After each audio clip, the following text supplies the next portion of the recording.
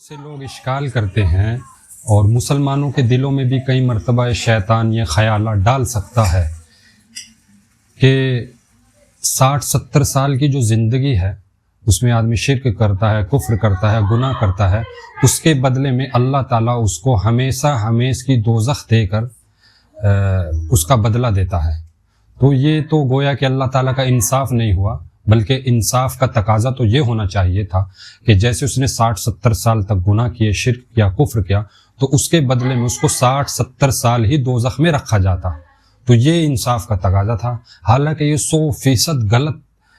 خیال ہے، نظریہ ہے، ٹھیک ہے۔ اس کے چند ایک جوابات میں آپ کو دوں گا انشاءاللہ، پھر آئندہ آنے والے وقت میں کبھی بھی یہ خیال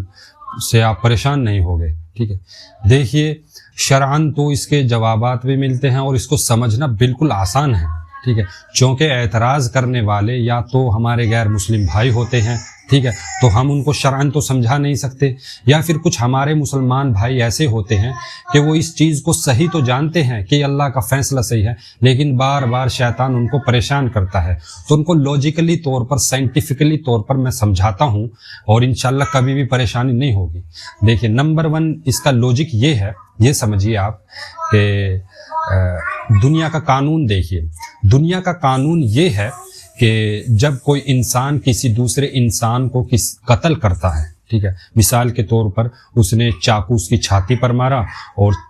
چاقو مارنے کی وجہ سے صرف 10 سیکنڈ کے اندر وہ مر گیا، ٹھیک ہے،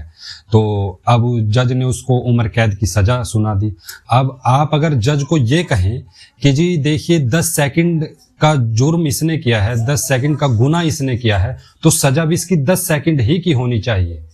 تو جج آپ کو کیا کہے گا؟ دیکھیے بھائی، اس کی جو سزا ہے وہ وقت کے گناہ کی وجہ سے نہیں ہے کہ بھئی اتنا وقت میں اس نے گناہ کیا، نہیں، بلکہ اس کی سزا جو ہے وہ گناہ کے درجے کی وجہ سے ہے، یعنی گناہ کے گھمبیر ہونے کی وجہ سے ہے، گناہ کا شدید ہونے کی وجہ سے ہے، کہ گناہ اتنا بھاری ہے کہ اس کی وجہ سے اس کی سزا طے کی گئی ہے، نہ کہ اس بنیاد پر کہ اس کو 10-15 سیکنڈ لگے اس گناہ کرنے میں، ٹھیک ہے۔ تو اسی طرح سے میرے بھائیوں، دوستوں، بزرگوں، اللہ نے ہمیں اور آپ کو زندگی دی ہے، تو شرعاً اسلام کے اندر سب سے بڑا گناہ اور جرم یہ ہے کہ آدمی شرک کرے، کفر کرے، ٹھیک ہے۔ تو اس گناہ کے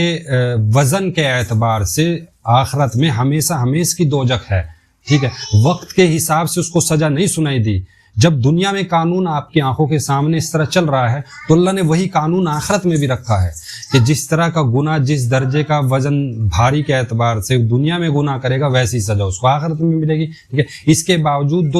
جو دوسرے گناہ ہیں، زنا ہو گیا، جھوٹ، غیبت، چغلی ہو گئی، اس میں کہیں نہیں آتا کہ اللہ تعالیٰ اس کو ہمیشہ ہمیشہ کے لیے دوزخ میں ڈالیں گے، بلکہ اس کو کچھ مدت کے لیے ڈالیں گے، ٹھیک ہے۔ تو یہ جو ہمیشہ ہمیشہ کے لیے ہے، یہ گناہ کے ضخیم ہونے کی وجہ سے اور گناہ کے بھاری ہونے کی شدت کی وجہ سے ہے، جس طرح دنیا میں قانون چلتا ہے۔ اور دوسرا جواب اس کا یہ ہے، میتھڈ آف انٹینشن، ٹھیک ہے، یعنی نیت کا دخل، ٹھیک ہے۔ اس میں کیا ہوتا ہے؟ دیکھیے، مثال کے طور پہ جیسی انسان کی نیت ہوتی ہے ویسے ہی اللہ تعالیٰ اس کے ساتھ معاملہ کرتا ہے، ٹھیک ہے۔ مثال کے طور پر جو انسان کفر اور شرک کرتا ہے، ٹھیک ہے، اب وہ شرک اور کفر اپنی زندگی میں اس نیت کے ساتھ کرتا ہے کہ جب تک وہ دنیا میں رہے گا، یہاں تک کہ اگر مجھے لامحدود زندگی دے دی جائے تب بھی میں شرک پر قائم اور دائم رہوں گا، اس کی یہ نیت ہوتی ہے۔ اب چونکہ اس کی نیت یہ تھی کہ بھئی ہمیشہ ہمیش کے لیے مجھے شرک کرنا ہے، تو اس وجہ سے ہمیشہ ہمیش کے لیے دوزخ اس کو اللہ تعالیٰ نے اس کی نیت کے اوپر سنا دی۔ تو شرک اور کفر کرنے والا یہ نہیں ہوتا کہ بھئی 10 سال میں شرک کروں گا اس کے بعد چھوڑ دوں گا، بلکہ جو جس مذہب کو مانتا ہے، شرک کرتا ہے، کفر کرتا ہے اللہ تعالیٰ کے ساتھ، اس کی نیت یہ ہوتی ہے کہ وہ ہمیشہ ہمیش کی بھی اگر زندگی دے دی جائے تب بھی وہ خدا کی نافرمانی اور شرک اور کفر کرے گا، اسی بنیاد پر اس کو سزا ملتی ہے۔ یہ 2 مثالیں بڑی آسان ہیں سمجھنے کے لیے، اور تیسری ایک مثال مزید میں آپ کو سمجھاتا ہوں۔ دیکھیے، اشکال کرنے والا کبھی بھی جنت کے بارے میں اشکال نہیں کرتا اور نہ مسلمان کے دل میں آتا ہے۔ مثال کے طور پہ 60-70 سال کی زندگی کے بدلے میں جنت ہمیشہ کے لیے مل رہی ہے، ٹھیک ہے۔ تو